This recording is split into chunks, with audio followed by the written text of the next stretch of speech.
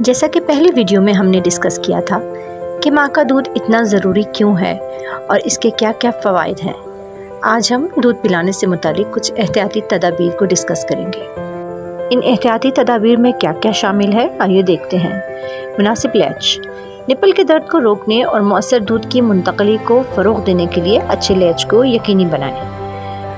कसरत से दूध पिलाने से मुराद ये है कि 24 घंटे में 8 से 12 बार दूध पिलाया जाए। इससे ये होगा कि दूध की फराहमी को कायम करने में मदद मिलेगी।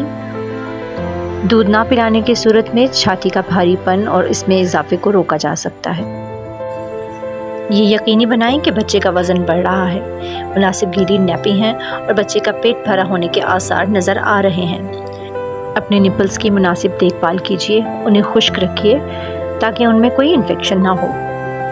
अपनी छाती की मुनासिब देखभाल ज़रूर कीजिए। छाती की नरमी, लाली या सूजन की निगरानी करें और अगर मुस्तकिल रहे तो तिब्बी इमदाद हासिल करें। बच्चे को दूध पिलाने की एहतियाती तदाबीर में हाइड्रेशन और न्यूट्रिशन बहुत ज़्यादा ज़रूरी है। अपने आप को हाइड्रेट रखें और मुनासिब ग़िज़ाइयत को बरकरार रखें। तिब्बी रहनुमाई के बगैर सप्लीमेंट्स हरगिज़ ना लें।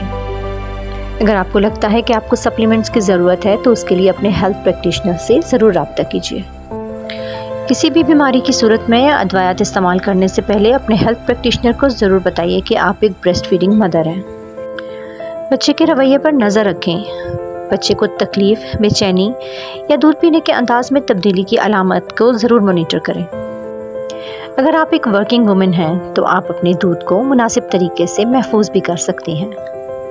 ब्रेस्ट फीडिंग पोजीशंस का ज़रूर ख्याल रखें। तनाव और तकलीफ़ को रोकने के लिए दूध पिलाने की आरामदेह और मुआवन पोजीशनों का इस्तेमाल करें। याद रखिए, पहली दफ़ा दूध पिलाना एक मुश्किल अमर हो सकता है, लेकिन वक्त के साथ आप इससे बहुत कुछ सीख सकती हैं। जब भी ज़रूरत पड़े मदद मांगने से हिचकिचाइए मत।